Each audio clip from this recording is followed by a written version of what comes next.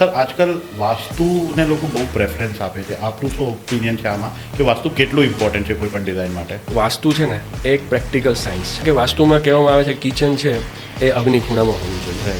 બંગલાનો પ્રવેશ છે શક્ય હોય તો નોર્થ ઇસ્ટ કોર્નરમાંથી આપણે ઈશાન ખૂણામાંથી કરવો જોઈએ. માસ્ટર બેડરૂમ છે સાઉથ વેસ્ટ કોર્નરમાં હોવો જોઈએ. ટોયલેટ્સ છે નોર્થ વેસ્ટ કોર્નરમાં હોય તો સારા કહેવાય, એના માટે ઉત્તમ જગ્યા છે. વચ્ચેનું બ્રહ્મસ્થાન છે એ આપણે બને તો સુધી વોઇડ રાખવી જોઈએ, તે ખાલી રાખવું, ત્યાં કોઈ વજન ના મૂકવું જોઈએ. તો આ બધા વાસ્તુના બેઝિક પ્રિન્સિપલ આવા ઘણા બધા છે.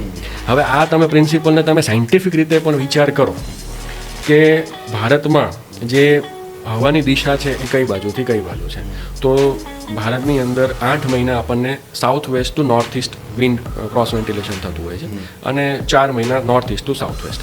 તો એ જે પવનની દિશા છે ત્યાં કોઈ પણ એવી એક્ટિવિટી ન રાખવી જોઈએ કે જેનાથી ઘરની અંદર સ્મેલ આવે. તો એ દિશામાં ટોયલેટ્સ નથી રાખતા. બીજું છે કે કિચન પણ એવી જગ્યાએ પહેલેથી પ્લાન કરવામાં આવે છે કે જ્યાં જે ફ્યુમ થતો હોય, ધુમાડો થતો હોય તો એ ઘરની અંદર ન ફેલાય, એટલે કિચનને પણ એ દિશામાંથી અલગ રાખવામાં આવ્યું છે. અને એ દિશાની અંદર તમે જો તો એન્ટ્રી લેવામાં આવે છે કે જેથી કરીને ઘરની અંદર પોઝિટિવ એનર્જી, એક સારી વાઇબ્સ અંદર એન્ટર થાય. એ જગ્યા ખાલી હશે તો ઉગતા સૂર્યનો પ્રકાશ આપણો સીધા ઘરની અંદર આવે તો એક સવારથી જ પોઝિટિવ એનર્જી ઘરમાં બની જાય. યસ, તો આ બધા બહુ જ ઇમ્પોર્ટન્ટ પ્રિન્સિપલ છે. અને જો સારું ઘર બનાવવું હોય ને તો વાસ્તુને ફોલો કરીને બનાવો તો આપણે સારામાં સારું ઘર બનાવી જ શકીએ છીએ.